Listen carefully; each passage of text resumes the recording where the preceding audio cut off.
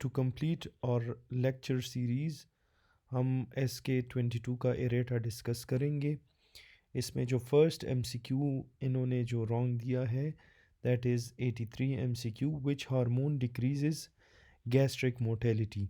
तो इन्होंने सिक्रेटिन लिखा था but secretin is not the correct option. इसमें जो करेक्ट ऑप्शन है जो डिक्रीज़ करता है गैस्ट्रिक मोटेलिटी को that is your cholecystokinin.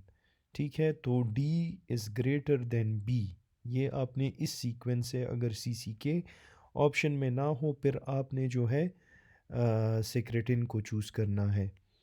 Second MCQ है 60 year old shipyard worker presents with reduced thoracic expansion and dyspnea. History reveals prolonged asbestos exposure.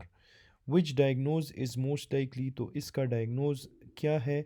इन्होंने मीज़ोथीलियोमा दिया है लेकिन this is incorrect. The correct option here is bronchogenic carcinoma. तो इसको याद रखिए कि this is option C bronchogenic carcinoma.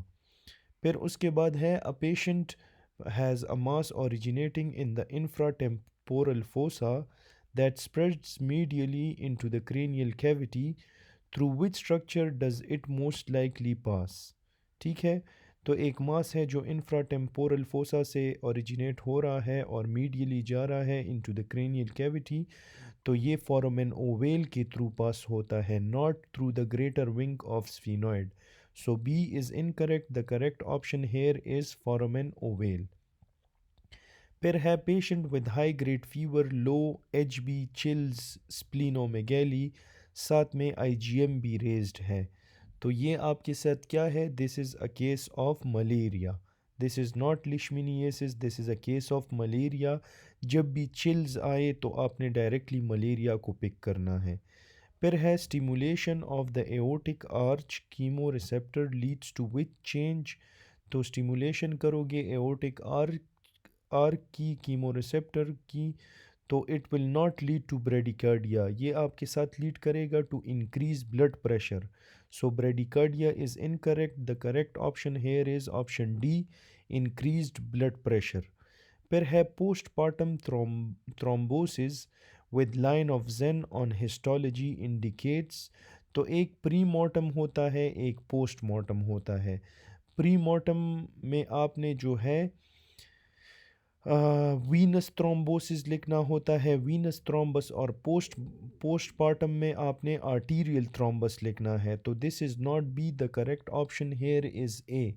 ठीक है, तो postpartum thrombosis line of Zahn में आर्टीरियल थ्रोम्बस इज़ इन्वॉल्व्ड। फिर है a patient presents with galactorrhoea and serum prolactin level of 1600। What is the most likely diagnosis? तो ये मैंने आपको SK22 के लेक्चर्स में भी करेक्ट करवाया था कि the correct answer here is micro prolactinoma, not macro prolactinoma. ठीक है, तो यहाँ पे correct answer is your micro prolactinoma. फिर है साइट ऑफ पेरिकार्डियोसेंटिसिस में इन्होंने 4th to 5th mid axillary line का ऑप्शन दिया था जो कि बिल्कुल इनकरेक्ट है। This is 6th intercostal space parasternal border. ठीक है, तो साइड ऑफ पेरिकार्डियोसेंटिसिस में जो है the correct answer here is option C 6th intercostal space parasternal border. ठीक है, फिर जो आपके साथ MCQ है which is the correct order of popliteal fossa contents from medial to lateral. तो इसमें इन्होंने आंसर दिया था कि पहले टिबियल नर्व आता है फ्रॉम मीडियल टू लेटरल, फिर पोप्लीटियल वेन, फिर पोप्लीटियल आर्टरी। ये इनकरेक्ट है। ठीक है, इसका जो करेक्ट आंसर है सबसे मीडियली आपको पोप्लीटियल आर्टरी मिलती है, फिर आपको पोप्लीटियल वेन मिलता है, फिर आपको टिबियल नर्व मिलता है। ठीक है, तो the correct option here is option number B. And यही अभी तक जो एरेटा मिली है उसके मुताबिक these are the correct options. So please correct these MCQs for yourself and please do follow to this page. आपने इस पेज को प्लीज़ काइंडली सब्सक्राइब करना है। Thank you so much for watching.